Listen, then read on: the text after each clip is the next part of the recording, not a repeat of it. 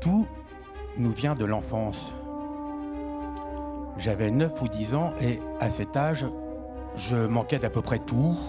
Je rêvais d'une autre famille, je rêvais d'aventures extraordinaires et Arsène Lupin parut. Je n'exagère pas, il suffit d'un livre, parfois d'un personnage de fiction qui nous fait nous sentir moins seuls, dessille nos yeux, nous réconcilie de l'intérieur avec le monde extérieur.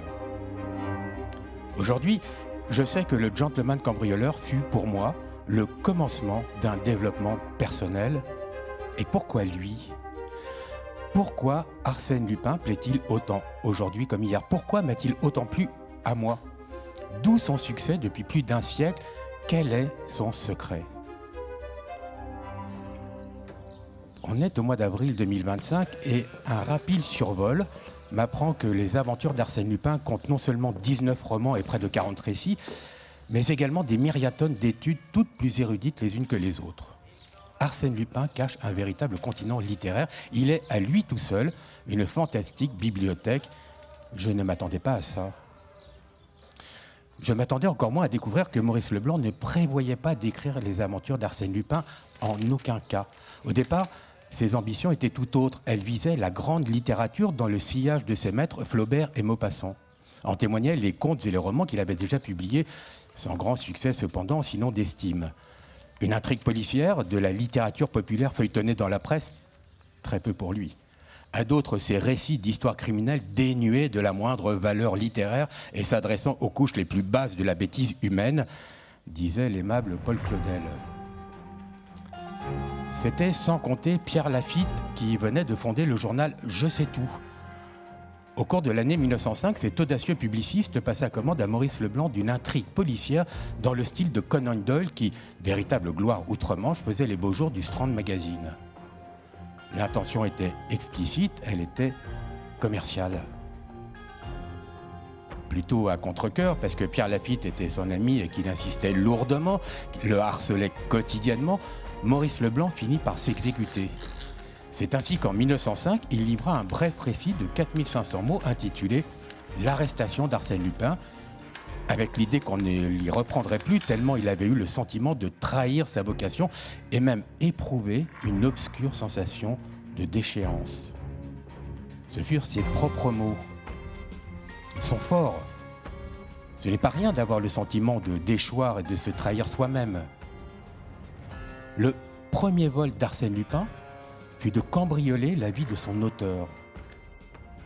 Pour un coup d'essai, ce fut un coup de maître. Comme quoi, il faut parfois se trahir soi-même.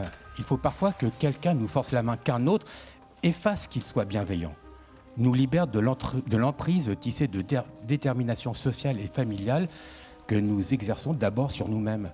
Le destin a son propre génie et c'est une leçon que je veux retenir. Comme je veux retenir ceci, Arsène Lupin est né contre la volonté de son créateur. Il ne fut pas désiré, il fut un accident. Et c'est quoi un enfant dont on a honte au départ et qui embarrasse par la suite ? Voilà qui n'est pas banal et qui, sauf erreur, est unique dans les annales littéraires. Voilà un premier indice concernant le gentleman cambrioleur, un premier indice qui me relie à Arsène Lupin puisque moi-même ne suis pas très bien né. Voilà qui donne surtout envie de se plonger dans le monde d'Arsène Lupin.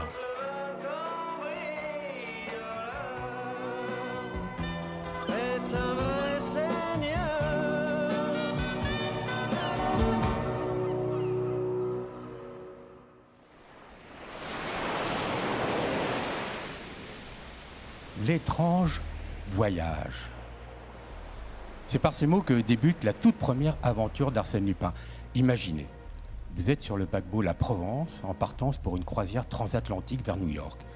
Tout est luxe, calme et délicieuse mondanité parmi les passagers des premières classes. lorsqu'une dépêche vient semer la stupeur. Arsène Lupin serait à bord. Quoi? Qui? Arsène Lupin? L'insaisissable cambrioleur dont la presse raconte les exploits depuis des mois? L'énigmatique personnage que traque sans fin la police? Le fantaisiste gentleman qui, dévalisant un château, laissa sa carte disant qu'il reviendrait quand les meubles seront authentiques? On parle bien de cet homme-là, homme aux 1000 déguisements, capable de se transformer en adolescent comme en vieillard, en commis voyageur marseillais comme en noble péruvien? Quel personnage a jamais fait entrée plus fracassante lors de sa première apparition? Car en quelques lignes, tout est dit. Insaisissable, énigmatique, fantaisiste, gentleman cambrioleur, homme aux 1000 déguisements, tel est Arsène Lupin. Et ce n'est pas Maurice Leblanc qui le dit, non, c'est la presse, ce sont les autres, c'est tout le monde. Admirons le génie publicitaire. Maurice Leblanc invente un personnage que tout le monde connaît avant même que le lecteur ait fait sa connaissance. Au moment où il entre en scène, Arsène Lupin est déjà une légende. Dès lors, inutile de chercher à le rendre célèbre, il l'est déjà. Mais il y a encore plus retors. Maurice Leblanc invente un personnage que tout le monde connaît, mais que personne ne reconnaît. Lupin se trouve à bord de la Provence. Oui, mais où? Sous quel nom? Derrière quel déguisement? Est-il ce monsieur ou celui-là, mon voisin de table? S'interroge le narrateur qui, simple passager comme les autres, nous fait vivre au plus près les événements dont il est le témoin. Car c'est lui qui nous raconte de l'intérieur la panique qui s'empare peu à peu des passagers. Lui qui nous fait participer à l'enquête qui s'organise, ainsi qu'à l'idylle qu'il parvient à nouer avec une jeune et ravissante américaine à la faveur du climat d'anxiété qui règne à bord. En marge de l'intrigue policière se développe ainsi une intrigue sentimentale que nous suivons avec d'autant plus d'intérêt qu'elle occupe toutes les pensées du narrateur. Pourtant, la nouvelle s'intitule « L'arrestation d'Arsène Lupin ». C'est qu'après une paranoïa allant crescendo, tout le monde se met à suspecter tout le monde, Lupin se fait bel et bien pincer à son arrivée à New York au terme des 6 jours de traversée. On sait donc à la fin qui est Lupin. Et qui est-il? Derrière quel masque se cachait-il? Ça, je ne vais pas le dire. Ce serait déloyal tellement la révélation finale stupéfie et donne envie d'applaudir comme après un tour de magie. Tout était là, mais on n'avait rien vu. Si bien qu'il est impossible de deviner qu'Arsène Lupin... Chut. Veut-on un indice? 11 ans plus tard, Agatha Christie fera paraître son célébrissime roman « Le meurtre de Roger Ackroyd », mais sans citer Arsène Lupin. Si avec ça on ne trouve pas...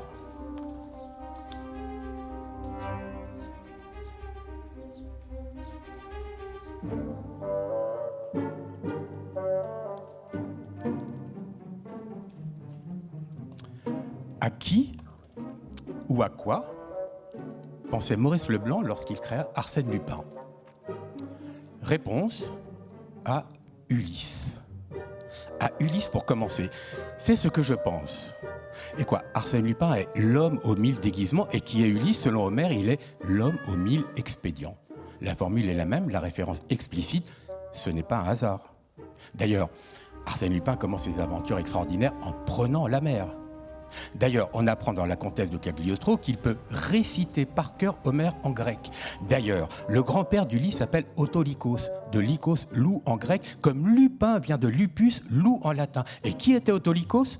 Un forban, un bandit, un vil escroc, aimé d'Hermès, qui n'est autre que le dieu des voleurs. Heureux qui, comme Ulysse, a fait un étrange voyage.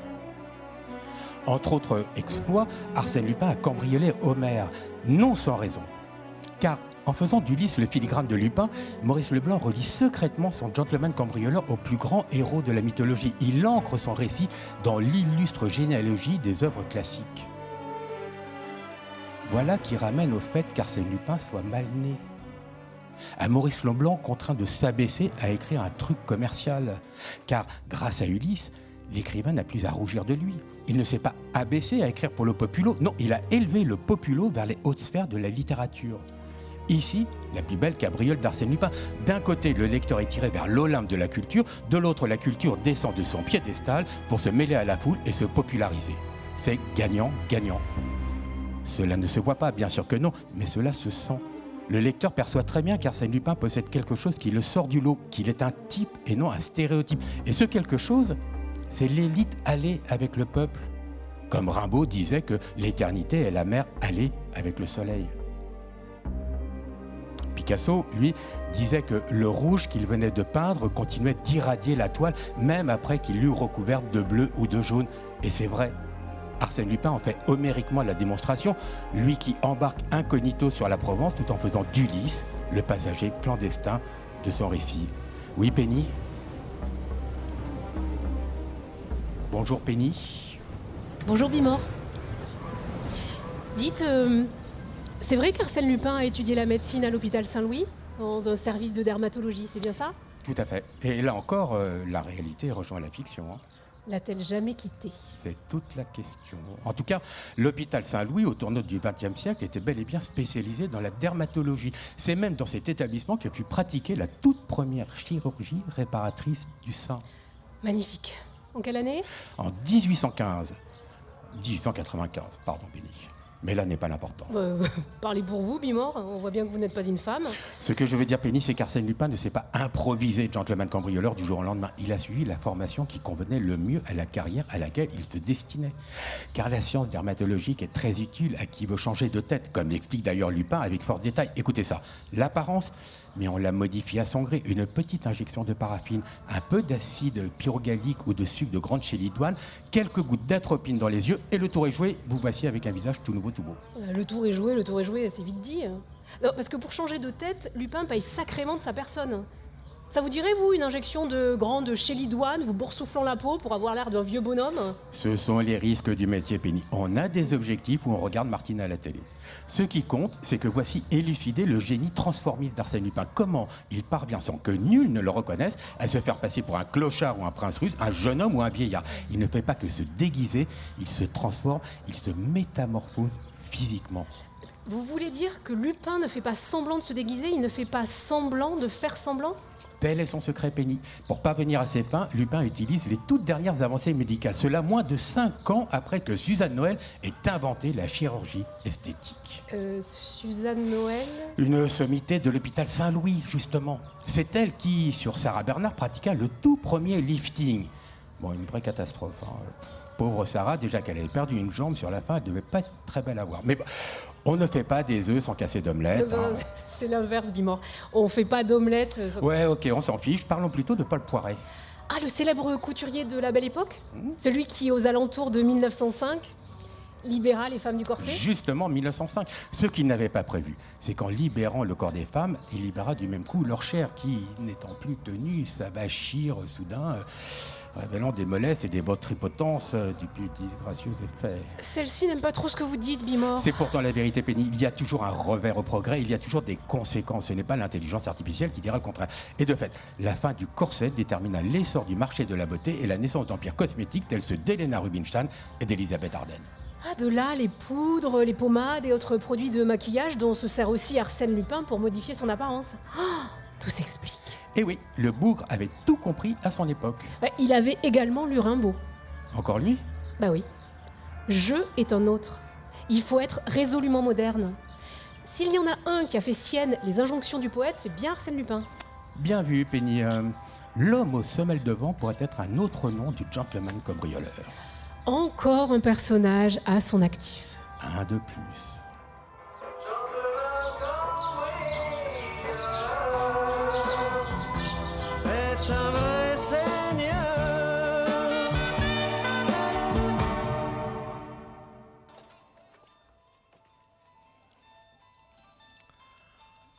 L'un des plus beaux secrets d'Arsène Lupin est de refuser de tuer dans un monde où règnent les pulsions de mort. Au royaume des aveugles, les borgnes sont rois et c'est ainsi que tout hors la loi qu'il est, le gentleman cambrioleur apparaît vertueux. Car Lupin a pour lui-même tracé une ligne rouge. Voler, oui, tuer, non, tuer, jamais. Ne pas être un assassin est même ce qui, à ses propres yeux, le définit. Ici, son éthique personnelle, comme chacun en a une, chacun refuse de faire certaines choses, par-delà les notions de bien et de mal que la société et la religion inculquent. Par exemple, Penny refuse de mettre des chaussures bleues avec une robe rouge. C'est un exemple. Dans le monde d'Arsène Lupin, ceux qui tuent, ce sont les autres. Les autres, ils n'ont aucun scrupule, ils ont le goût du meurtre. pas Lupin. Ne pas faire couler le sang, tel est son mantra, qu'il ne cesse de répéter avec force. Il frappa du poing. Je ne veux pas tuer. Voler, oui, cambrioler, soit, mais tuer, non, 1000 fois non. Du sang, vous savez bien que je n'en veux pas. On se laisse tuer plutôt. Et cet aveu décisif de la comtesse de Cagliostro, Lupin avait peur du crime. C'était une répulsion physique, un soulèvement de tout son instinct. L'idée qu'il pouvait être entraîné dans un excès d'aberration à verser le sang lui faisait horreur. Peur, répulsion physique. Le meurtre déclenche chez Lupin un dégoût proprement viscéral. Ce n'est pas seulement moral, c'est physique. Ce qui change la perspective. On sent que chez lui, le refus du crime vient de loin, comme une plaie qui serait toujours à vif, un traumatisme. Comme si Lupin avait assisté à quelque chose ou qu'il avait, dans un accès d'aberration, fait quelque chose qui, le marquant au fer rouge, lui aurait fait horreur et serait devenu une obsession, une hantise. Ok, je dis peut-être n'importe quoi, c'est peut-être moi qui projette. Car j'y pense soudain, c'est Lupin qui m'y fait penser. Oui, me revient là tout à coup, ce jour où, dans la cour de récréation, j'avais 10 ans, je me ruais sur un camarade qui venait de shooter dans ma bille. Et je ne sais pas, le trou noir, l'instant d'après, il gisait par terre, inanimé, la tête en sang, le crâne grand ouvert. Dans ma main, son scalp. Je crus que je l'avais tué. J'en fus sur l'instant persuadé, je fus renvoyé 3 jours de l'école, puni, stigmatisé. Pour tous, j'étais devenu un monstre, mais peu m'importait.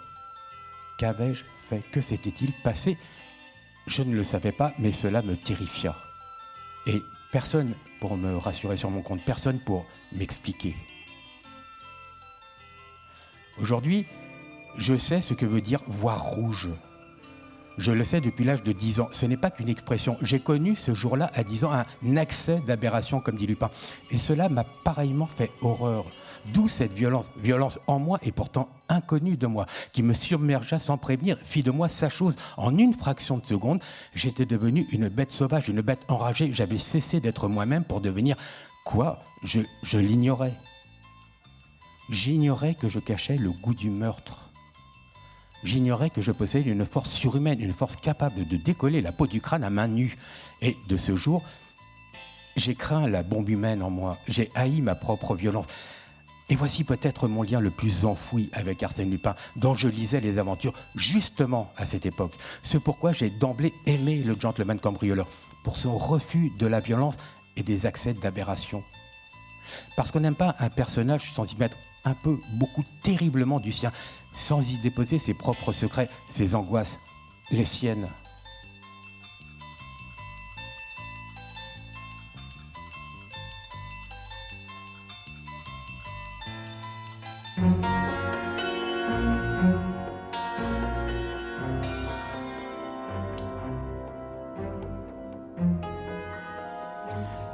Étymologiquement parlant, un gentleman est un homme de bonne famille.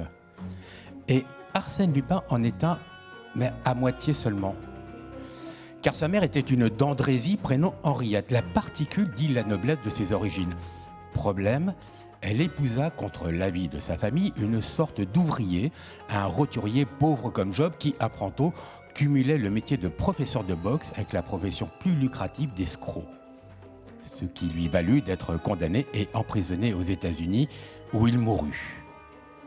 On n'en saura pas plus sur Théophraste Lupin, car tel fut le nom du papa du gentleman cambrioleur. On voit que son paternel étant un escroc et sa mort prématurée ayant probablement conduit à son idéalisation, le petit Arsène a été à bonne école. Côté maternel aussi. Car aimer un ouvrier quand on est de la haute, épouser un sans-le-sou contre l'avis de sa famille, trahir sa classe, voilà qui dit quelque chose de la mère d'Arsène Lupin. Dit la force de son caractère et l'importance des sentiments comme valeur suprême. L'argent, les convenances et les lois d'airain de la famille et de la société, tout cela, la mère de Lupin l'envoya paître. Par amour, et oui, pour un homme, et oui, Penny. Ce qui s'appelle avoir du cran, s'appelle suivre sa voie et non celle que le monde trace pour vous. On peut toutefois supposer que sa famille crut que la pauvre Henriette était tombée sous la coupe d'un vrai sale type ayant abusé de sa crédulité avant de la plaquer comme une bouse. Comment expliquer autrement qu'elle aurait désobéi à tous ? Qu'elle ait renié sa famille, sali le nom de ses ancêtres et sacrifié sa vie.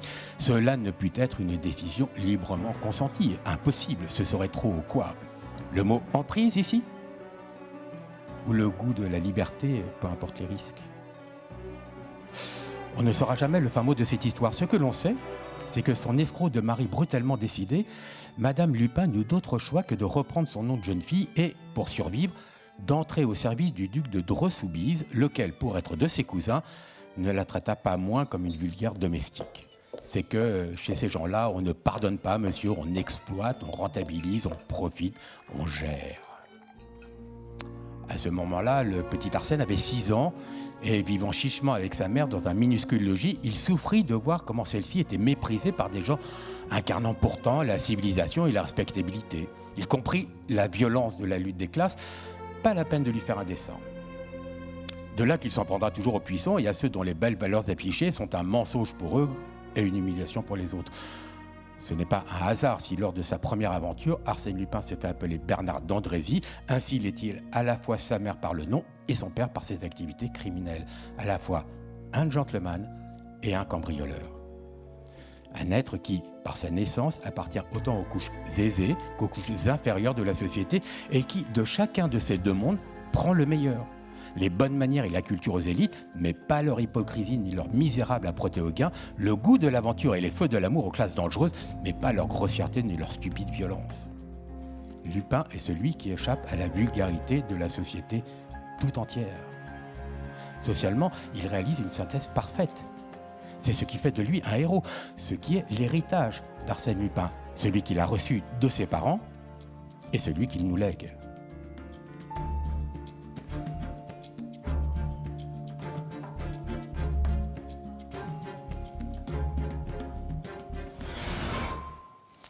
Si je dis top départ, je suis devenu célèbre en 1905, j'ai été l'un des plus grands voleurs de la belle époque, je suis partisan de la non-violence, j'ai transformé mon procès en farce grandiose, j'ai stupéfié la France entière avec mes des coups d'éclat. Qui suis-je ? Arsène Lupin ? Ou Alexandre Jacob ?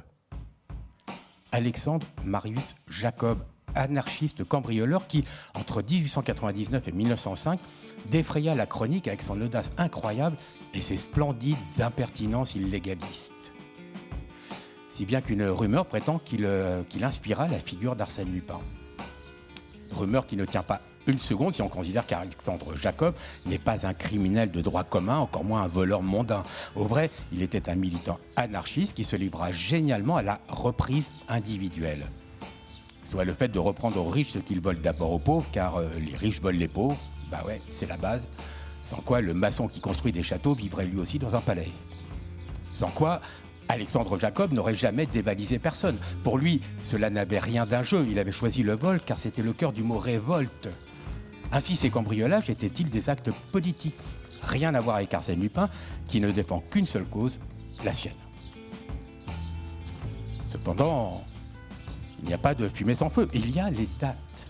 Car Arsène Lupin est né dans le sillage d'Alexandre Jacob comme un passage de témoin de la réalité à la fiction. Il est né 4 mois après le retentissant procès de l'anarchiste. Retentissant car c'est peu dire que dans son box, Alexandre Jacob porta haut le verbe de la cause anarchiste. Au président du tribunal qui lui demande de se lever, il rétorque « Pourquoi ? Vous restez bien assis ?» Un couple qui témoigne qu'il était à la campagne au moment où il se faisait cambrioler. « Ah, ces messieurs-dames ont donc 2 châteaux, mais de quoi se plaignent-ils » Un sacristain vient déposer. « Voyons, sacristain, rigole Jacob, vous ne dites pas tout, rappelez-vous dans le placard les gravures d'un genre fragonard. » C'est ce qui s'appelle arracher les masques. Lupin n'est pas si loin, lui qui fit de son procès un spectacle non moins hilarant, lui qui dira à l'infâme Rudolf Kesselbach « Moi je vole en appartement, toi tu voles en bourse, tout ça c'est kiff-kiff. » Lupin a un côté libertaire indéniablement, surtout à ses débuts, l'idéal révolutionnaire en moi.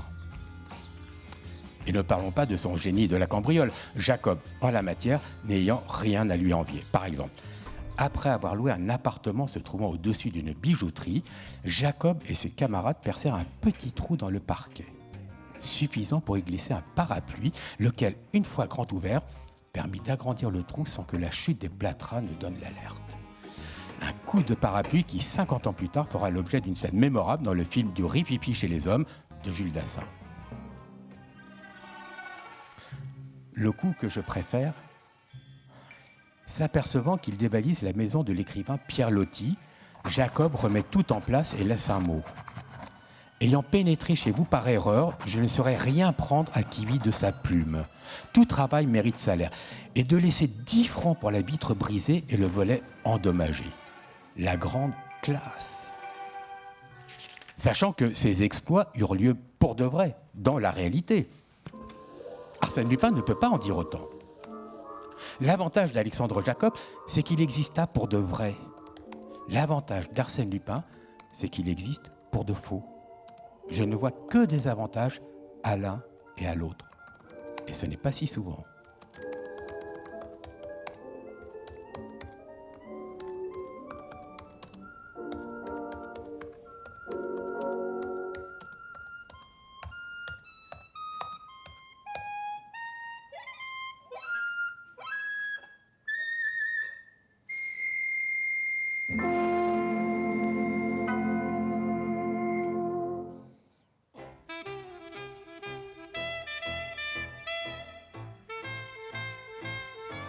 Arsène Lupin, non, n'est pas le dandy portant haute forme et monocle que l'on croit. Pas du tout. Car de haute forme, de cape et de monocle, il n'en porte dans aucune de ses aventures.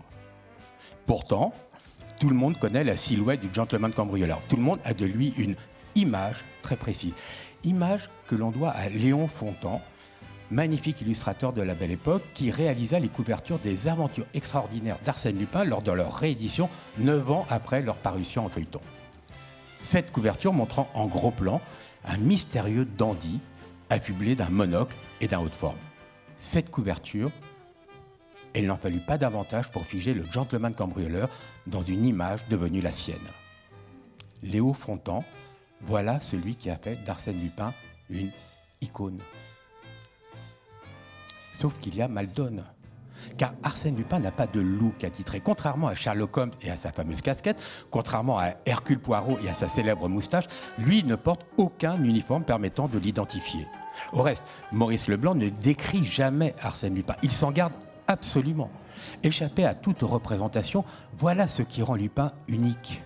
Car toute représentation enferme dans une image et fait de vous son débiteur. Or, il n'y a pas d'image assez grande pour Arsène Lupin, pas d'image assez en mouvement. Ainsi, Lupin n'est-il jamais sage comme une image. Insaisissable, il est un fugitif de la reconnaissance faciale. Ce n'est pas lui que la police peut ficher, pas lui que l'on peut reconnaître dans la rue pour lui demander un autographe. Pour se faire un nom, Lupin démontre qu'il n'est pas besoin de se fabriquer une image ni de se donner un genre. Ce faisant, il déjoue tous les fantasmes autour d'une identité hyper visible, super revendiquée et méga brandie comme un étendard. Abyssale niaiserie que cela. Qui ne sait qu'il y a en lui, en chacun d'entre nous, quelqu'un qui n'a pas d'état civil, aucun lieu de naissance, pas de nom ni de visage, pas même de genre, vient de bien plus loin que ses pères et mères. Qui se le rappelle ?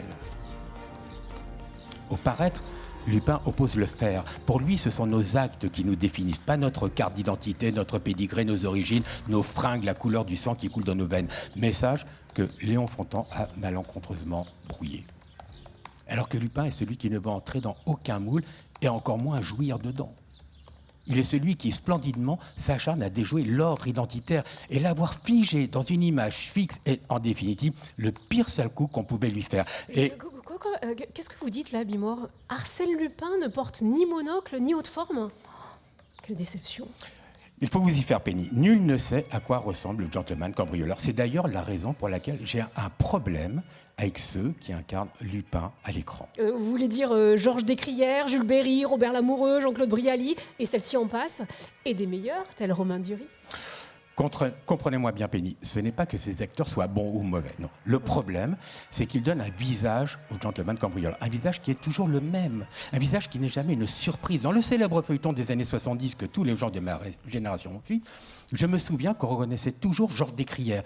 Quel que soit son déguisement, on pouvait dire « Ah, voici Lupin ». Cela gâchait tout. Et le pire, Le pire, c'est que c'était voulu. Ah, alors que dans les livres, on ne sait jamais qui est Lupin, sous quel déguisement il se cache. Qui peut soupçonner que dans l'Aiguille creuse, Lupin se dissimule sous les traits de...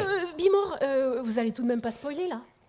Ok, vous avez raison. En tout cas, c'est ne rien comprendre au gentleman cambrioleur que de le montrer à l'écran. C'est pure trahison. Oui, du calme, hein, Bimor, des gens vous écoutent. Pardon, hein, Penny, mais si on parle d'adapter Lupin au cinéma, il faut un minimum le respecter. Oui, mais comment faire si Lupin est l'homme aux 1000 visages? Une solution serait que des acteurs différents jouent chaque personnage derrière lequel se cache Lupin. Ainsi, ne saurait-on jamais si le type qu'on voit à l'écran est celui qu'il prétend être ou s'il est Arsène Lupin déguisé. Il y aurait toujours un doute. Et ce doute serait très précisément lupinien. Pas mal, Bimor.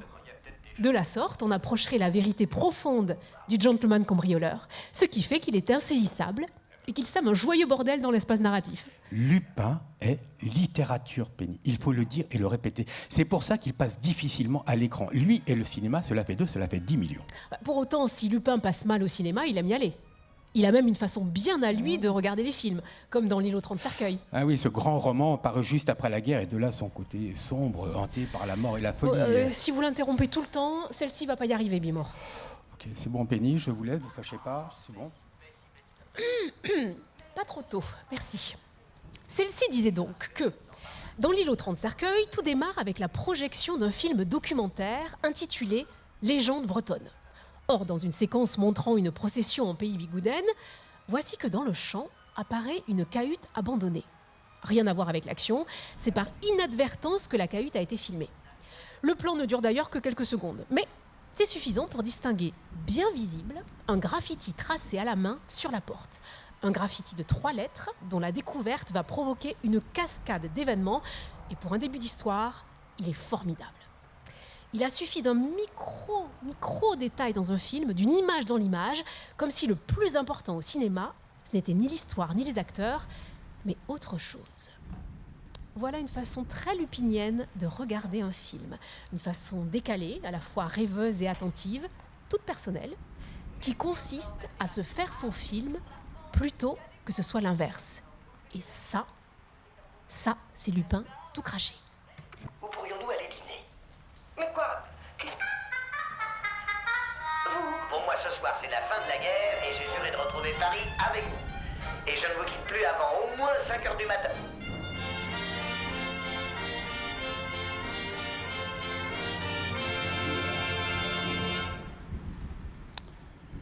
Arsène Lupin. Où Maurice Leblanc est-il allé chercher un nom pareil? Ce n'est pas rien de donner un nom. Emma Bovary se prénommait au départ Marie. Proust disait que le nom de Guermantes lui avait été inspiré par la poésie d'un coucher de soleil. Et j'ai lu récemment dans le journal qu'il existe désormais des coachs pour aider les parents à prénommer leur progéniture. C'est dire les enjeux. Le problème, c'est que Maurice Leblanc n'a jamais vendu la mèche.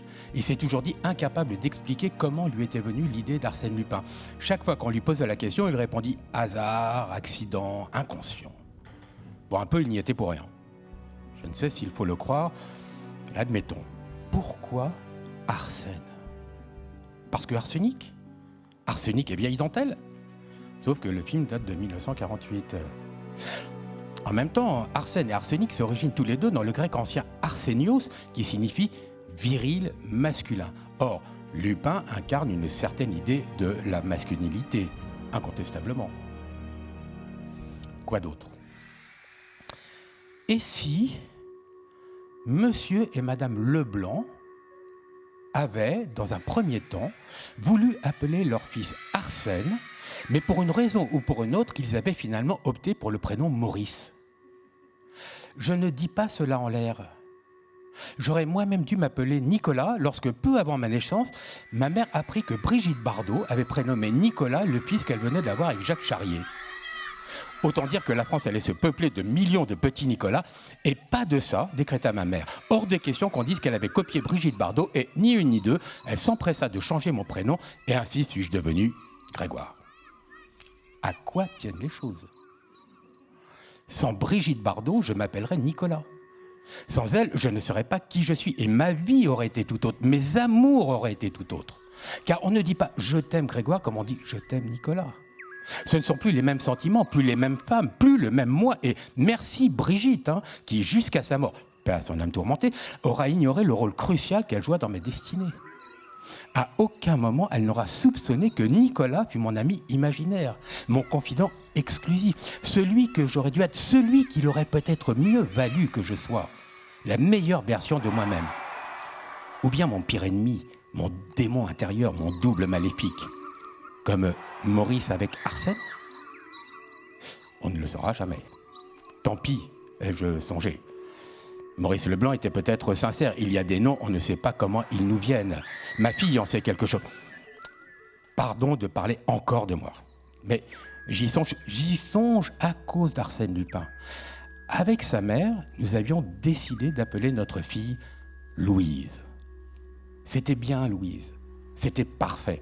Sa mère et moi étions très contents de ce prénom et nous n'en voulions plus d'autres. Surtout que nous avions cherché des jours et des semaines comment prénommer notre fille. Nous avions épluché toutes les saintes du calendrier et fait à tour de rôle des propositions, chacun défendant ses choix quand l'autre n'hésitait pas à mettre son veto. Sibylline, mais c'est n'importe quoi comme prénom, tu délires complètement, bon Dieu. C'est le nom d'une souris dans une bande dessinée. D'accord, mais tu abandonnes l'idée de l'appeler Liane. Et pourquoi pas Tarzan? On dirait le nom d'une pute. Pardon, mais d'où sors-tu que ça fait pute? Etc. Je prends les prénoms Sibylline et Liane au hasard, car je n'ai aucune souvenance des prénoms qui, à l'époque, furent jetés en l'air pour voir où ils retombaient, sur la tête de notre fille ou complètement à côté. Mais au final, nous avions trouvé Louise et nous étions ravis. Vive Louise, bienvenue sur Terre, Louise Bouillet. À l'oreille, cela sonnait épatamment. Vint le jour tant attendu de l'accouchement. Je saute les détails car sinon on y est jusqu'à demain. Je les saute pour en arriver au jour, à l'heure, à la minute tant attendue et redoutée à la fois. Dans la clinique, je me revois patienter fébrilement. Je me revois faire 10 000 fois les 100 pas tandis que 3 étages plus haut, sa mère travaillait à mettre au monde notre enfant. Je me revois fumer dans la rue, cigarette sur cigarette, comme dans les films, avant de rentrer précipitamment dans le hall de la clinique, des fois que l'enfant serait né juste au moment où je m'étais absenté. Cela pendant un temps fou, suspendu, irisé, dévergondé. Enfin, on m'appela. L'enfant était né et je me revois monter les escaliers 4 à 4. Je me revois entrer dans la salle de travail et moi de découvrir alors l'enfant qui venait juste de naître et qu'on venait de mettre dans les bras de sa mère. Moi de m'approcher si doucement, le cœur battant. Moi bouleversé et les yeux embués de larmes. Moi de me pencher si tendrement vers ma fille qui venait de naître et moi de murmurer alors son prénom. Moi de l'appeler Suzanne. Suzanne. Mais pourquoi? D'où? Cela n'avait aucun sens. On avait dit Louise. J'étais d'accord pour Louise. En Montfort, notre fille était Louise depuis des mois. Et voici que je l'avais appelée Suzanne. Dès que je l'avais vue, Suzanne Blanc. Alors que sa mère et moi n'avions jamais envisagé Suzanne. Pas même en rêve. Je ne connaissais aucune Suzanne, ni de près, ni de loin, ni dans cette vie, ni dans une autre. Pourtant, je n'avais pas hésité une seconde. J'avais vu l'enfant qui venait de naître et je l'avais immédiatement prénommée Suzanne. Comme une évidence, un lapsus, comme si c'était son véritable nom de toute éternité. Comme si... Nom de Dieu. Nicolas. Mais bien sûr Nicolas, évidemment Nicolas. Comment n'y ai-je pas songé plus tôt? Car je me rends compte seulement maintenant. Je me rends compte parce que j'écris. Je me rends compte grâce à Arsène Lupin. Mais aucun doute, il fallait moi aussi que je donne à mon enfant un autre nom que celui qui était prévu. Cela avait été plus fort que moi, cela avait été in extremis, exactement comme ma mère m'avait trouvé in extremis un autre prénom que celui du fils de Brigitte Bardot. Le schéma familial s'était reproduit. Oh misère. Oh l'immense révélation. Bon, à mon échelle, pas à l'échelle du monde, on est bien d'accord. Dire que je n'avais jamais fait le lien, mais quel idiot! Alors que je sais que rien ne survient par hasard, il y a toujours une raison, bonne ou mauvaise, toujours des causes engendrent des effets. Si on ne les connaît pas, notre inconscient sait. Si on n'écrit pas, on reste dans l'ignorance. Telle est la morale de cette histoire, s'il faut une morale. Pour autant, cela n'explique pas pourquoi Arsène. Non, mais il fallait oser appeler son fils Maurice quand on s'appelle Leblanc. Car je réalise tout à coup que Maurice vient de mort. Or, mort veut dire noir. Maurice Leblanc est donc le noir et le blanc, le gentleman et le cambrioleur. tout s'éclaire. Et encore plus quand on lit la nouvelle intitulée « Le 7 de cœur ». Car c'est dans cette nouvelle que Maurice Leblanc raconte sa toute première rencontre avec Arsène Lupin. Et que dit-il ? Que Lupin est un merveilleux metteur en scène. D'emblée, la théâtralité du gentleman cambrioleur est posée, elle ne se démentira plus. De fait, tous les coups d'Arsène Lupin sont des coups de théâtre. Et dans l'Aiguille creuse, on le voit carrément mimer une scène avec une fougue impressionnante. Avant de conclure, superbe, je suis un homme de théâtre, moi. Bingo! On croit qu'Arsène Lupin vient de la littérature, mais c'est faux. Il vient des feux de la rampe. Et comprend-on maintenant pourquoi Arsène ? Parce qu'il est l'art de la scène. Voilà. Ce n'est pas plus compliqué. C'est aussi compliqué que tous les détours qu'il m'a fallu pour en arriver à cette évidence. Mais n'est-ce pas cela, écrire ? N'est-ce pas cela, la littérature ?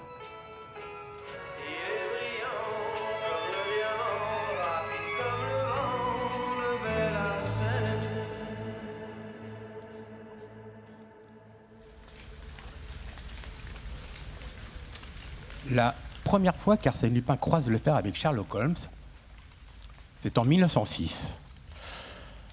Que Lupin fasse les poches du célèbre détective anglais ne saurait surprendre à l'origine. Pierre Lafitte, l'éditeur de Je sais tout, avait en tête que Maurice Leblanc devienne le Conan Doyle français. Il avait vu les chiffres que réalisait le Strand Magazine grâce au détective anglais et il en salivait d'avance. Tel était le business plan. Or, Maurice Leblanc ne se contenta pas de jouer le jeu. On voulait qu'il concurrence Conan Doyle. Pas de problème, du panache que diantre, assez de cachotterie, de messe basse en curé. Organisons au grand jour le combat entre Arsène Lupin et Sherlock Holmes, puisque tel était l'enjeu éditorial. Encore une fois, le père d'Arsène Lupin détourne à son profit la contrainte qui lui est imposée. Au lieu de mettre les choses sous le tapis, il les expose au grand jour en véritable artiste. C'est d'ailleurs une chose dont on ne prend pas assez la mesure. On semble trouver normal qu'Arsène Lupin affronte Sherlock Holmes. On en sourit, on s'en amuse, c'est un fait acquis que tout le monde entérine comme une évidence. Mais quelle évidence ? Je veux dire, qui s'empare du héros d'un autre auteur pour le confronter à son propre héros ? Imagine-t-on Marc Lévy piquer un personnage à Guillaume Musso pour lui mettre la pâtée ? Mélissa d'Acosta ridiculisée à la femme de ménage de Freda McFadden. Pot de balle. Alors que j'adorerais. Enfant, je me demandais si D'Artagnan était meilleur à l'escrime que Lagardère. Et si c'était Zorro le plus fort ? Je pouvais en discuter des heures avec mes copains.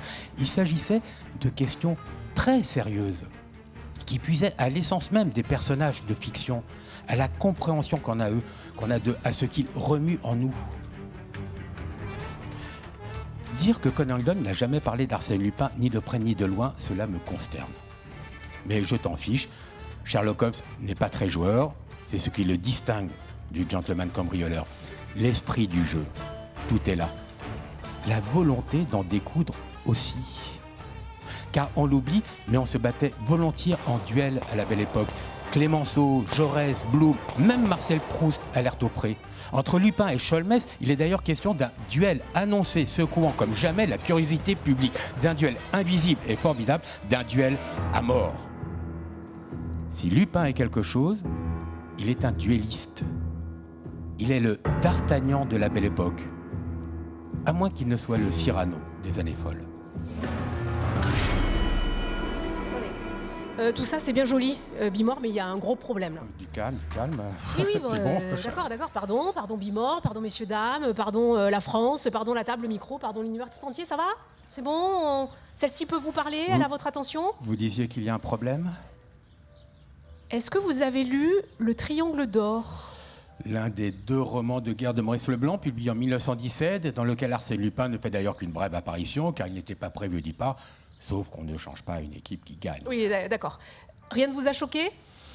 Quoi, par exemple ? Mais enfin, Yabon, le nègre sénégalais, qui ne parle pas mais qui grogne, qui dort en boule comme un chien. Yabon. Oh, Yabon Banania, mais c'est insupportable, Bimor, c'est du racisme pur et simple. Arrêtez de... Je ne suis pas sourd. Et c'est ceux de répéter Yabon tout le temps, cela devient suspect. En plus, la marque Banania avait lancé son fameux slogan avant l'apparition du livre, en 1915 pour être précis, pour remonter le moral des troupes, notamment coloniales. Ce n'est donc pas une invention de Maurice Leblanc, c'était l'air du temps. Oui, il a bon dos, l'air du temps. C'est pourtant celui que vous respirez, Penny. Hein. C'est même ce qui, dans Yabon, vous choque aujourd'hui, car si vous étiez né il y a un siècle, vous auriez sans doute été comme la plupart des gens, sans que cela soit de votre faute. Pourquoi tous les hommes portent-ils aujourd'hui la barbe alors que ce n'était pas le cas il y a 10 ans? Ne méprisez pas l'air du temps, Penny. Il souffle aussi par votre bouche. Il est très puissant. Oh, so what? Tant pis pour Yabon? De deux choses l'une.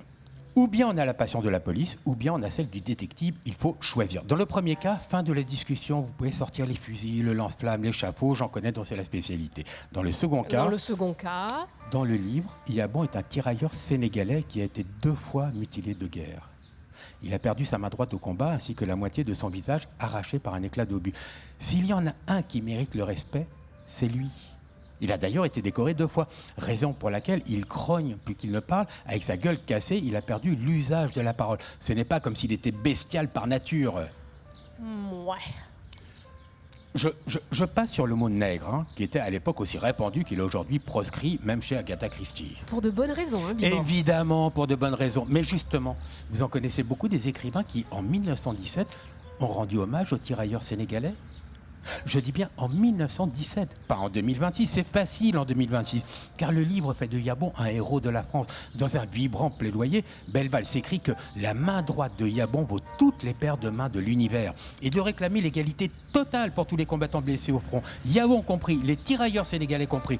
Dans le genre raciste, on a fait pire, non? Belval, tout de même, il cesse de rudoyer Yabon. Il a beau être son frère d'armes, il le traite comme son esclave, il le traite comme un chien, même si c'est affectueusement, ce qui est peut-être pire. Vous avez raison, Belval est typique du colonialisme de son époque. S'il faut chercher un raciste, c'est lui. Mais ce n'est pas le livre. Nuance, relisez la scène où Yabon est assassiné. Le chagrin d'Arsène Lupin. Je vous cite le passage, c'est Lupin qui parle. « Pauvre Yabon, il m'avait sauvé d'une mort affreuse un jour en Afrique. Mon pauvre Yabon. » Il ferma les yeux du Sénégalais. Il s'agenouilla près de lui, baisa le front sanglant et parla tout bas à l'oreille du mort, lui promettant tout ce qui est doux aux âmes simples et fidèles, le souvenir, la vengeance. Pour le racisme, excusez-moi, mais vous repasserez, hein. Bimor, vous êtes formidable. Bon vive les détectives et à bas les policiers. Je ne vous le fais pas dire. De toute façon, Omar Sy a rétabli l'équilibre, puisque dans la série Netflix, il fait des noirs de tous ceux que la société racialise une cause lupinienne. Eh bien, vive Omar alors, et vive Yabon. Vive Arsène Lupin.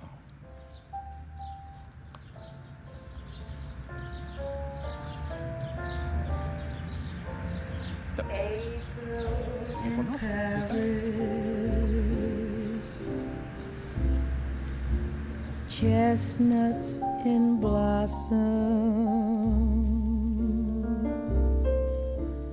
holiday tables under the tree.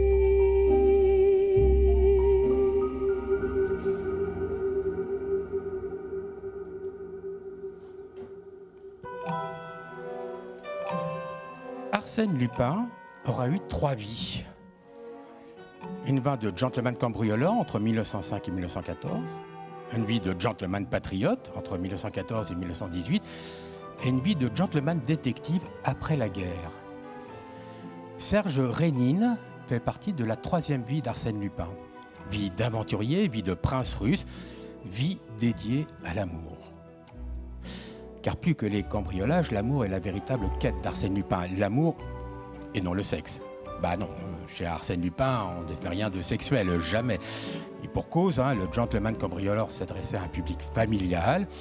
Et comme chacun sait, dans les familles, on ne fait pas l'amour, on fait des enfants qui tantôt naissent dans les choux, tantôt dans les roses. De façon contractuelle, Lupin pouvait voler, mais pas coucher. La société ne cessera jamais de m'épater. Lui-même l'avoue au début de La demeure mystérieuse, somme toute, chacune de mes aventures résulta d'un élan spontané qui me jetait à la poursuite d'une femme. Et de préciser, c'est toujours la toison d'or que je cherche à conquérir, quand bien même la toison d'or s'appelle Raymonde, Josine, Dolores ou Hortense. Hortense Daniel, dont s'éprend Rénine et avec qui, pendant 8 aventures parues en 1922, il va convoler, en tout bien tout honneur, en quête d'énigmes, de mystères, de frissons. Comment la jeune femme s'est-elle laissée convaincre de partir à l'aventure avec lui? de former avec Lupin le tout premier duo mixte de détectives amateurs. Il faut citer le passage où, après avoir sauvé Hortense des griffes de son oncle, un redoutable assassin, Rénine écarte d'un geste ses remerciements. Il l'a cherchée, explique-t-il, qu'à la distraire. Sa vie n'était-elle pas terriblement monotone ? Hortense ne peut qu'en convenir et de poser à Lupin la question à 1 million d'euros. « Mais qui êtes-vous donc ?» Réponse de Rénine, « Un amateur d'aventure. » Car la vie ne vaut d'être vécue qu'aux heures d'aventure et de proposer à Hortense qu'elle devienne sa compagne d'aventure. Heureusement que je ne suis pas une femme, car je dirais oui tout de suite. La vie ne vaut être vécue qu'aux heures d'aventure, mais oui, mais bien sûr, go Rénine, go, go, go. Sauf que je ne suis pas une femme. Hortense m'en fait prendre conscience, car elle hésite. Suivre Rénine, d'accord, mais à quel prix ? En échange de quoi ? D'instinct, elle sait qu'il y a un loup. Elle est une femme, elle n'est pas stupide. En la matière, l'implicite vaut au consentement. Et Hortense ne veut pas de ça. Pas si folle. Ce que Rénine comprend aisément est quoi ? Il est un gentleman, il est Arsène Lupin. Et de proposer à Hortense un pacte. Elle et lui vivront cette aventure et au 8e coup de l'horloge, elle sera tenue de lui accorder... Quoi ? Lupin regarde les jolies lèvres d'Hortense, ne dit rien, préfère ne pas. Parce que dire briserait le charme, détruirait l'instant, salirait ses intentions en les rabattant dans le tout petit plan de la sexualité, alors qu'il s'agit de tellement autre chose. Mais qu'Hortense ne s'inquiète pas. Qu'elle pose ses conditions, il en sera comme elle en aura décidé. À ces mots, Hortense ne se le fait pas répéter 2 fois, car c'est à son tour de pousser son avantage, de fixer son prix, surjouer son rôle de femme. Après avoir réfléchi, elle finit par rendre son arrêt. Rénine devra retourner un bijou qu'elle perdut il y a des années. Elle ne sait plus ni quand ni où. Une mission impossible, évidemment. Ce ne serait pas drôle sinon. Et Lupin de promettre, évidemment. Il retrouvera le bijou et vous serez heureuse, dit-il. Je ne sais pas pourquoi, mais j'adore cette scène. Peut-être parce qu'on n'en fait plus des hommes comme Arsène Lupin, ni des femmes comme Hortense Daniel. Mais y eut-il jamais des hommes comme Lupin et des femmes comme Hortense ? Vous en pensez quoi, Penny ?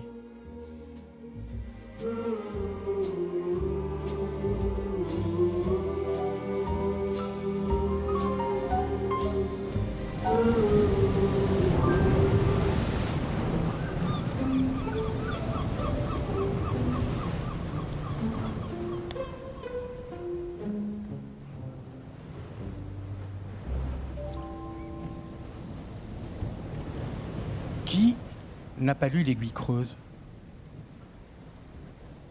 Il ne sait pas ce qu'il rate. Car il y a des livres, ils sont le chef-d'œuvre de leur auteur et ils sont des chefs-d'œuvre tout court. L'Aiguille creuse est de ces livres.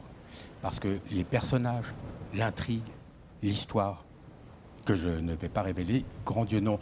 Qu'on lise le livre, on ne sera pas déçu, je le garantis. On verra que c'est dans L'Aiguille creuse qu'Arsène Lupin démontre l'ampleur de son génie, qu'il devient un être vraiment disproportionné. On découvrira comment il fait sien les trésors des rois de France, prolongeant de façon ludique l'enseignement de l'histoire mis en place sous la Troisième République.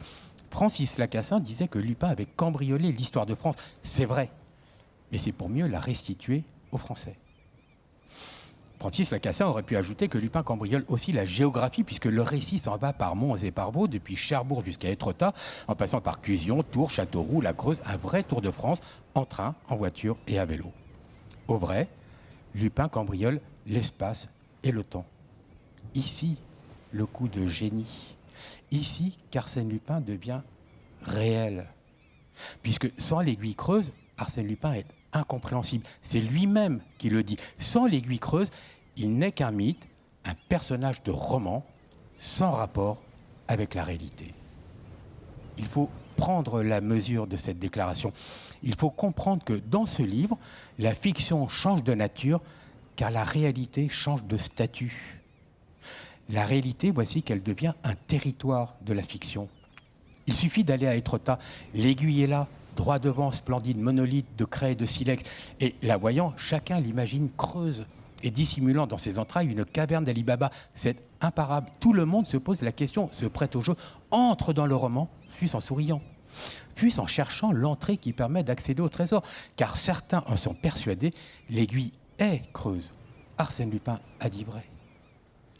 Il a surtout réussi son coup. Il a doté ce petit bout de falaise d'une poésie incomparable. Il a changé le regard sur la nature environnante. Et ce n'est pas rien d'inventer le romanesque pour de vrai. Où croit-on que Stanley Kubrick est allé chercher son monolithe dans 2001, l'Odyssée de l'espace ? Surprenant un jour des touristes qui cherchaient l'entrée de l'aiguille, Maurice Leblanc ne cacha pas sa joie que son imagination devienne réalité, mais qui n'en rêve ? Quant aux lettres D et F qui, dans le roman, sont la clé de l'énigme, elles existent bel et bien. On peut les voir, les toucher. Et pour cause, c'est Maurice Leblanc qui, en 1927, les aurait fait sceller afin de donner plus de crédit à son récit. Bien joué, Maurice. Car à la fin, tout s'embellit et s'émerveille. À la fin, on comprend que le secret de l'aiguille, c'est le livre lui-même. C'est lui, le trésor.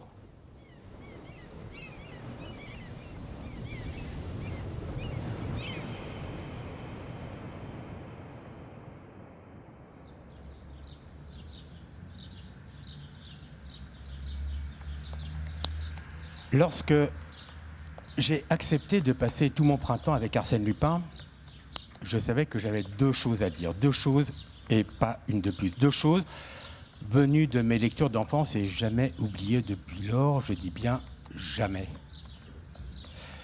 Voici la deuxième de ces deux choses. Cela se passe au chapitre 8 de l'Aiguille creuse. Lorsque, assiégé de toutes parts, Arsène Lupin crâne une ultime fois et à Isidore Beautrelet révèle son secret. Secret qui tient en un mot, un tout petit mot, mot de 9 lettres, mot prestigieux qui, je cite, donne le pouvoir et assure la prépondérance. Mot qui donne le pouvoir et assure la prépondérance. Quel mot ? J'ai presque envie de le garder pour moi, qu'il ne tombe pas entre de mauvaises mains, il y en a tellement ces temps-ci. Mais bon, ne soyons pas mesquins, on est donc au chapitre 8 de l'Aiguille creuse et s'adressant à Isidore Beautrelet, Lupin s'exclame « Mais ris donc, gosse, vrai, t'as pas le sourire. Tiens, tu manques, comment dirais-je, tu manques de Primso. Moi, j'ai le Primso. Moi, j'ai le Primso. Le Primso. » Lisant ce passage, j'avais interrompu ma lecture. Cela avait été plus fort que moi, comme une bouffée de chaleur. J'avais 9 ou 10 ans et j'avais immédiatement saisi l'importance que le mot Primso allait avoir dans mon existence. Je savais qu'il n'était pas un mot comme les autres. Je n'avais pas la moindre idée de ce qu'était le Primso et pourtant je savais très exactement ce qu'il voulait dire. Pas besoin de me faire un dessin. Sur tant de sentiments qui m'agitaient, tant de chaos et d'espérance, le Primso venait mettre un mot. Enfin, un mot me permettait de nommer, de dire et même de revendiquer. Et pour cette raison, j'ai su que le mot Primso allait devenir mon mot. Il allait devenir mon précieux. J'avais trouvé le mot qui me manquait et, depuis 50 ans, le Primso me sert de boussole envers et contre tout ce qui s'oppose à lui, c'est-à-dire un paquet de gens. Le Primso. Selon le grand dictionnaire de l'Académie française, il s'agit d'un mot du XIIe siècle qui littéralement signifie première impulsion, élan spontané. Ce que l'Académie française ne dit pas, c'est tout le reste. Car le Primso, c'est l'enfance. C'est la gaieté, c'est la vitalité, c'est l'enfance, et je dirais même plus, c'est la jeunesse, c'est la dépense improductive, c'est la fraîcheur de l'esprit, c'est l'enfance, si je ne l'ai pas déjà dit, et c'est le refus du mesquin, c'est la nique à la morale qui moralise et à l'épicerie qui épicerise, c'est le chant des cigales contre le travail des fourmis, l'insouciance contre la laideur, sans compter que c'est l'enfance de l'art et que c'est la franchise contre les messes basses, c'est le contraire des pervers, des hypocrites et des assassins aux lèvres de vermouth, c'est l'enfance de l'enfance, et c'est en toute chose vouloir y mettre la manière, du brio et de l'amusement, de la tendresse aussi. Et si on veut le savoir, le Primso est ce qui s'oppose au cafard qui, comme le chante Jean-Louis Murat, fait un carnage chez les colibris. Mais par-dessus tout, le Primso, c'est l'enfance, c'est l'esprit du jeu, c'est l'insolence du risque, c'est l'art de perdre et de gagner. Et pour le dire en un mot commençant, le Primso, c'est l'enfance, c'est la joie de vivre, c'est la minute présente, c'est le verre tendre des jeunes pousses et le vent qui ébouriffe, c'est l'air qui sensualise, c'est la force irrésistible de la sève qui affole la nature. Et c'est le printemps. Voilà, Arsène Lupin est le printemps.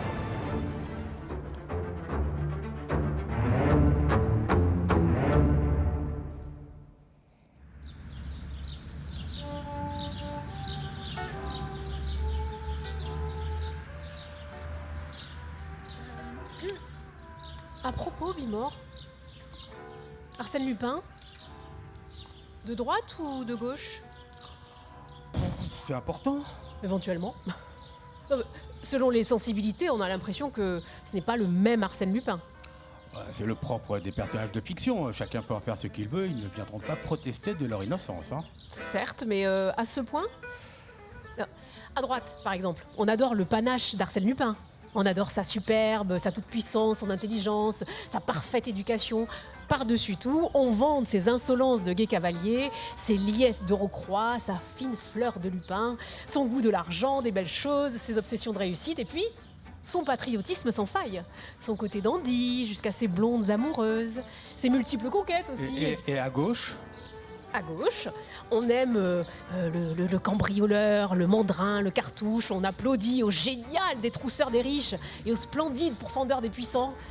Ce qu'on privilégie là, c'est l'anarchiste, le hors-la-loi, l'aventurier, le héros qui lutte contre la société, celui qui a des origines bâtardes et qui, fidèle à son enfance, n'oublie pas les humiliations infligées à sa mère, défend la veuve et l'orphelin, répare les injustices, et puis son théâtre de boulevard, son cosmopolitisme, sa gaieté immoraliste.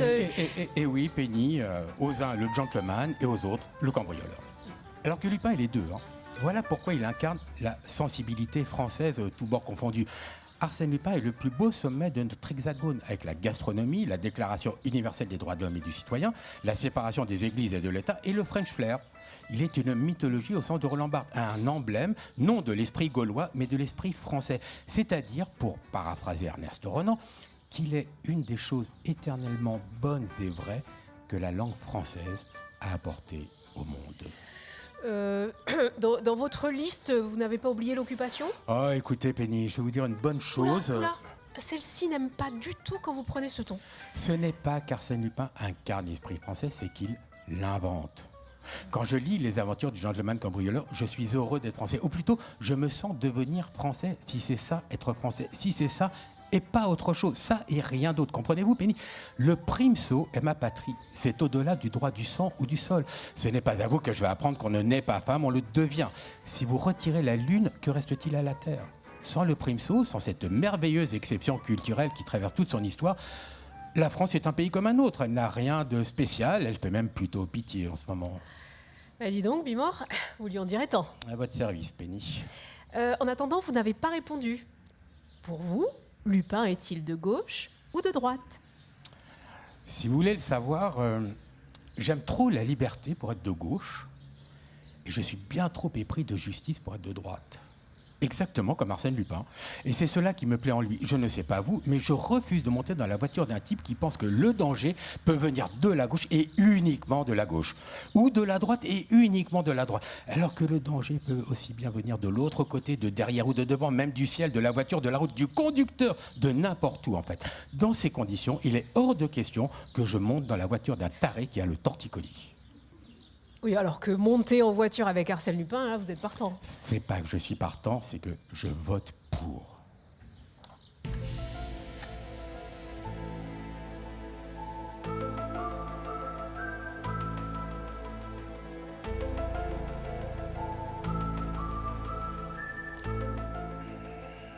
Pour être extraordinaire, les aventures d'Arsène Lupin frisent parfois l'extraordinaire le plus fantastique. Ici, des arbres se déplacent tout seuls, ailleurs une rivière enchantée charrie des paillettes d'or, encore ailleurs un miroir est source d'éternelle jeunesse, tandis qu'une pierre-dieu possède des pouvoirs magiques. Autant de phénomènes inexpliqués qui, bien sûr, engendrent des peurs irrationnelles et des comportements délirants, des légendes miraculeuses. Or, dans cet océan de crédulité, Arsène Lupin est celui qui tient bon la barre. Lui ne croit pas au surnaturel, pas si fou. Il y a forcément une explication, ne cesse-t-il de dire et de répéter. S'il en était autrement, il n'y aurait plus de logique. Dans le sillage de Voltaire, Lupin n'a de cesse de pourfendre les superstitions, comme dans L'île aux 30 cercueils, où le terrible Borski massacre à tour de bras la population de Cercle pour obéir à une prophétie druidique et s'emparer de la pierre-dieu, soit une pierre fabuleuse qui brûle quiconque la touche et sur laquelle Borski veut fonder son église. Pierre surtout qui flatte ses appétits de meurtre et de pouvoir, car ce n'est pas la foi qui fait le criminel, mais le criminel qui fait le fou de Dieu. Je peux répéter cette phrase, hein. Heureusement, Lupin atomisera magnifiquement les délires mystiques du comte Borski. Je ne dis pas comment, je laisse la surprise. Ce qui importe, c'est que le gentleman cambrioleur milite ardemment pour la rationalité poétique. Je dis bien poétique et non la rationalité qui rationalise et qui assomme et qui assèche.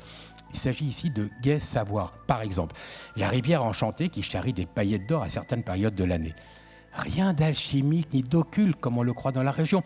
Au vrai, il s'agit d'une sépulture romaine qui, à force d'érosion au fil des siècles, laisse échapper dans la rivière qui l'aborde des trésors qu'elle contient, cela à chaque grande marée. Ce n'est pas plus compliqué, mais pas moins romanesque non plus. Et la pierre-dieu et le miroir magique et les arbres qui marchent, il y aura toujours une explication. Explication que Lupin trouve chaque fois bien plus belle que la légende. Mais le plus beau est encore cette audacieuse affirmation devenue un slogan planétaire, à savoir que la vérité est ailleurs. Le premier à l'avoir dit est Arsène Lupin en 1931 dans La Bariva. Et oui, la vérité est ailleurs, mais pas là où l'on croit. Si la vérité est ailleurs, ce n'est pas dans le surnaturel et le paranormal, non, c'est dans la logique et dans la raison, dans cet ailleurs-là et pas dans l'autre, puisque le monde marche sur la tête. Puisqu'il est empli de fous et de croyances. Merveilleux retournement de situation, sacré message envoyé à tous les X-Files et compagnie. Voilà pourquoi Arsène Lupin est plus que jamais d'actualité. Assez de la défaite de la raison, nous dit-il, assez des marchands de dieux et de diableries.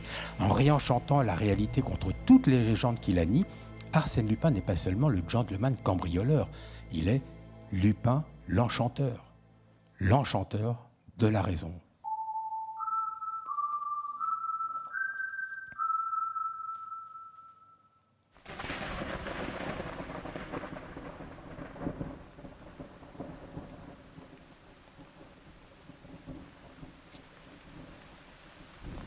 En son temps, il fut beaucoup reproché à Maurice Leblanc d'avoir fait d'un hors-la-loi un héros sympathique. Quelle immoralité! Cela ne nous choque plus aujourd'hui, depuis que JR et le feuilleton Dallas ont, dans les années 80, ouvert la voie aux anti-héros les plus infects. Mais à l'époque, le cynisme n'était pas encore de mise et on accusa Arsène Lupin d'avoir une déplorable influence sur la jeunesse. On s'offusqua qu'il dresse le public à l'école du crime, si bien qu'on réclama des mesures urgentes. Quelles mesures ? En 1912, la revue La Plume en donna une idée assez précise. Enfilant toutes les perles de l'idiotie sur le collier de la vertu, elle demanda qu'à côté des vrais bandits, on fasse comparoir aux assises tous les Maurice Leblanc qui, depuis 10 années, abrutissent, empoisonnent et gangrènent les cerveaux populaires avec leurs œuvres malfaisantes et corruptrices. C'est que les enfants du peuple, n'ayant pas le cerveau apte à lire Platon ou Chateaubriand, ils se grisent des Zigomar et autres Arsène Lupin. Interrogé sur l'invasion de cette littérature, Anatole France avait répondu qu'on les pende. La Plume est bien d'accord, qui conclut son article par un tonitruant. À la potence, tous les Maurice Leblanc. C'est signé le Chevalier de Beaufort, un pseudonyme bien évidemment. Drôle comme les défenseurs de la vertu ont la manie d'appeler au crime. En fait, ce n'est pas drôle. Il y en aura toujours de ces sortes de chevaliers de la fosse d'aisance qui, d'un côté, ont grand souci des cerveaux populaires, mais d'un autre, jugent ces mêmes cerveaux populaires bien trop débiles pour accéder à la culture. Allez comprendre. Là où cela devient comique, c'est qu'en réponse à ces attaques, Maurice Leblanc rappela que Jules Bonneau, le redoutable tueur anarchiste, était en train de lire le Lys rouge d'Anatole France lorsque la police faillit le cueillir une première fois. Et toc. En même temps, les êtres de papier ne restent pas lettres mortes en nous. Le nier serait stupide. Qui était Porthos pour qu'Alexandre Dumas éclate en sanglots en le faisant mourir à la fin du Vicomte de Bragelonne? Qui était Lucien de Rubempré pour qu'Oscar Wilde en vienne à dire que sa mort à la fin de Splendeur et misère des courtisanes avait été une des plus grandes tragédies de sa vie?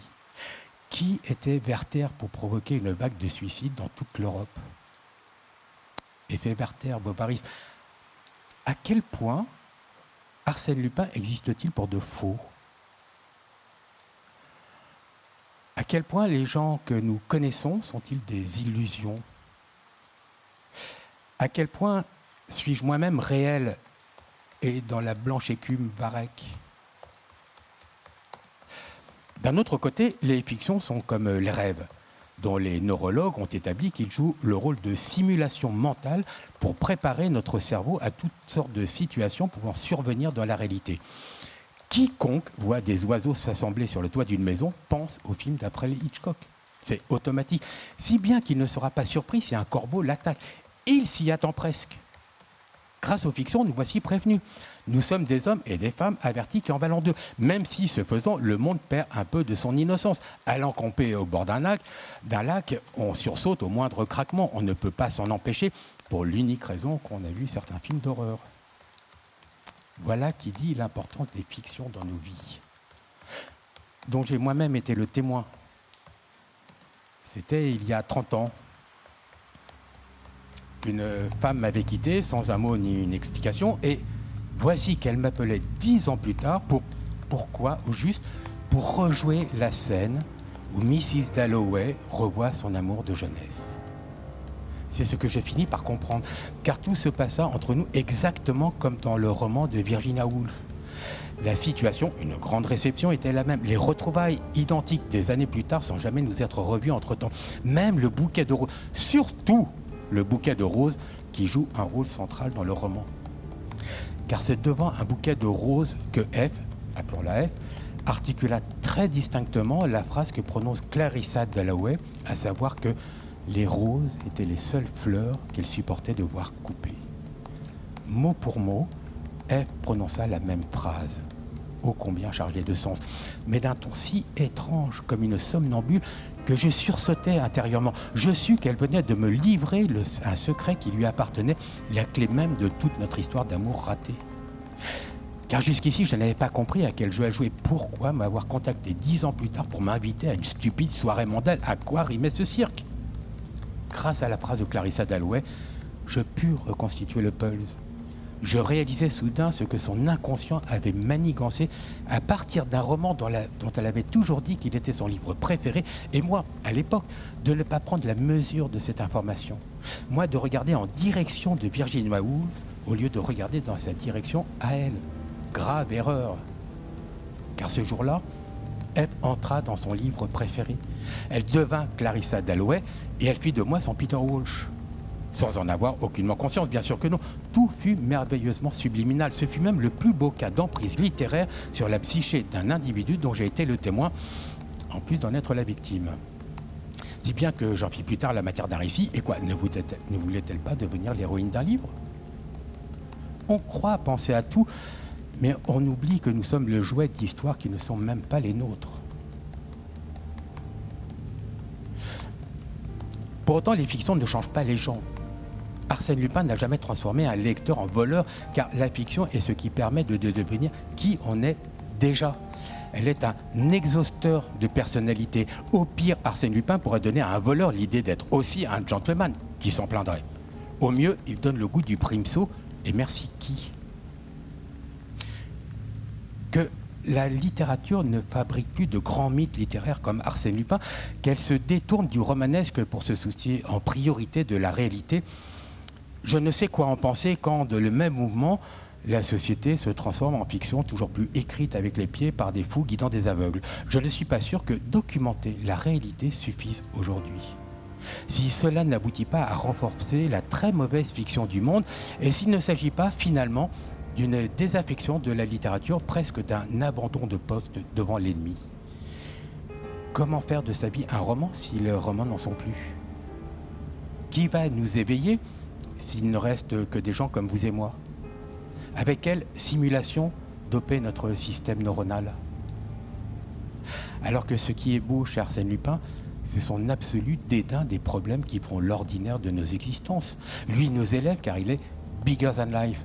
Et voilà peut-être ce dont nous avons le plus besoin par les temps qui courent. Au reste, c'est quoi Arsène Lupin?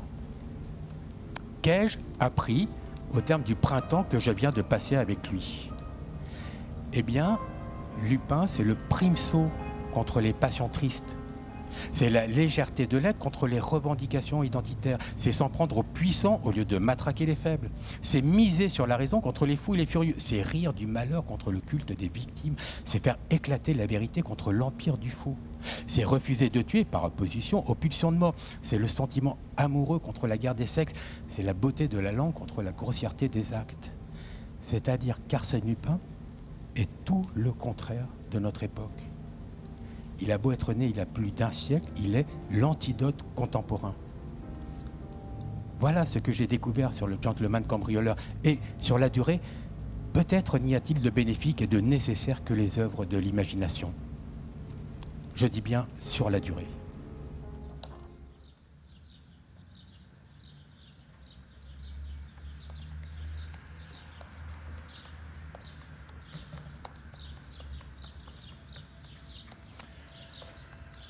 Juste avant de mourir, alors qu'il agonisait, Honoré de Balzac appela à son chevet le docteur Bianchon. « Il me faudrait Bianchon, gémit-il. Mais le docteur Bianchon ne vint pas, et pour cause, il s'agit d'un personnage de la comédie humaine. À la fin de sa vie, Maurice Leblanc ne perdit pas moins ses repères. On parle d'un AVC, d'une maladie nerveuse, on ne sait pas trop. En tout cas, sa santé se dégrada, sa santé mentale. À Étretat, les gens disaient qu'il n'avait plus toute sa tête. Lorsqu'ils le croisaient dans la rue, il était armé d'une canne à bouffe ferrée et dissimulait son visage comme s'il craignait qu'on le reconnaisse. Il semblait avoir des hallucinations, être devenu complètement paranoïaque. Sa terreur était telle que sa domestique raconta que le soir, Maurice Leblanc disposait des sabres à côté de son lit. Pour sa part, le jardinier rapporta qu'il avait demandé aux gendarmes d'Étretat de surveiller sa villa car il craignait la visite d'Arsène Lupin. On a bien entendu, à la fin de sa vie, Maurice Leblanc craignait la visite d'Arsène Lupin. Il était persuadé que le gentleman cambrioleur lui voulait du mal. Il était convaincu qu'Arsène Lupin existait pour de vrai. Et cela le terrifiait. Voilà qui me bouleverse, me fait me poser 1000 questions, sachant qu'il y eut des signes avant-coureurs, car on se rappelle les troubles identitaires d'Arsène Lupin, ses angoisses à force de se déguiser, de ne plus savoir qui il est, au point de ne pas se reconnaître dans une glace, un peu comme le Horla de Maupassant, tout à fait comme le Horla de Maupassant que Maurice Leblanc admirait tant. On se rappelle aussi cet entretien de 1933 dans lequel Maurice Leblanc disait, je cite, « Ce démon d'Arsène Lupin a pris possession de ma vie. Il a fait de moi son prisonnier, il est mon poignard d'ingre. C'est dur, il me suit partout, il n'est pas mon ombre, je suis son ombre. » Chaque mot compte dans cette interview. Ils font rétrospectivement froid dans le dos. Il est vrai que le gentleman cambrioleur fut au départ un enfant non désiré. Il fut ce démon qui ruina les hautes ambitions littéraires de son père créateur. Ceci expliquerait-il cela? Conan Doyle haïssait Sherlock Holmes pour les mêmes raisons. Il ne supportait plus que son détective occultât ses travaux concernant l'histoire et la littérature. « Si je ne tue pas Holmes, c'est lui qui me tuera », alla jusqu'à dire Sir Arthur Conan Doyle. On ne se doute pas de ce que font les livres à ceux qui les écrivent. Dans quel état ils les laissent. Ce que Pierre Bayard appelle le complexe de Holmes, soit les liens d'amour ou de destruction que nous, les auteurs, avec leurs personnages. Ce que j'appelle le syndrome de Lupin, soit le moment où un personnage de fiction se retourne carrément contre son créateur. En même temps, Maurice Leblanc l'avait un peu cherché, lui qui toute sa vie jouait avec les allumettes de la fiction et le bidon d'essence de la réalité. Toute sa vie, il entretint l'idée que le gentleman cambrioleur existait véritablement. En 1920, il confiait même au Gaulois littéraire « Je n'ai aucune imagination, Arsène Lupin existe, je le connais ». Et voilà le résultat. Tel est le dernier coup de théâtre d'Arsène Lupin. Avoir réussi à faire croire qu'il était réel fut son ultime tour de magie, le plus faramineux peut-être. Le plus cruel aussi, puisque, contre toute attente, le Primso lupinien cache un drame humain, une tragédie littéraire. Jusqu'au bout, Arsène Lupin aura déjoué les lois de la fiction. Dans L'Aiguille creuse, il avait prévenu « Est-ce que je suis de ceux qui meurent, moi ?» Dans Arsène Lupin contre Herlock Sholmès, il avertissait « Je suis tellement sûr d'avoir le dernier mot. » Il avait raison, comme toujours. Et vous voulez ajouter quelque chose, Penny? Vous voulez dire que c'est déjà fini? Tout de suite les grands mots. Vous souvenez-vous, Bimor, de la fin de 813? Fin tragique, hein, Lupin se suicide en se jetant du haut du promontoire de Capri. Certes. Mais vous rappelez-vous l'épitaphe qu'il voudrait voir écrite sur sa tombe? Alors je me souviens qu'il ne veut pas de cérémonie, ni fleurs ni couronne, une simple croix. Il dit qu'il voudrait qu'on écrive C.J. Arsène Lupin, aventurier. Rien d'autre. Et alors? Celle-ci vous propose de remplacer cette épitaphe par C.J. Arsène Lupin, gentleman littéraire. Parce que c'est ce qu'il est, un gentleman littéraire. Ce n'est pas vous qui direz le contraire. Je dis que vous êtes une perle, Penny. Je dis que cette fois, tout est dit. Alors, adieu Bimor, adieu splendeur des choses, comme dit Lupin à la fin de 813. Adieu Penny, adieu à la vie, adieu Arsène Lupin, que vive le Primso. Vive le Primso.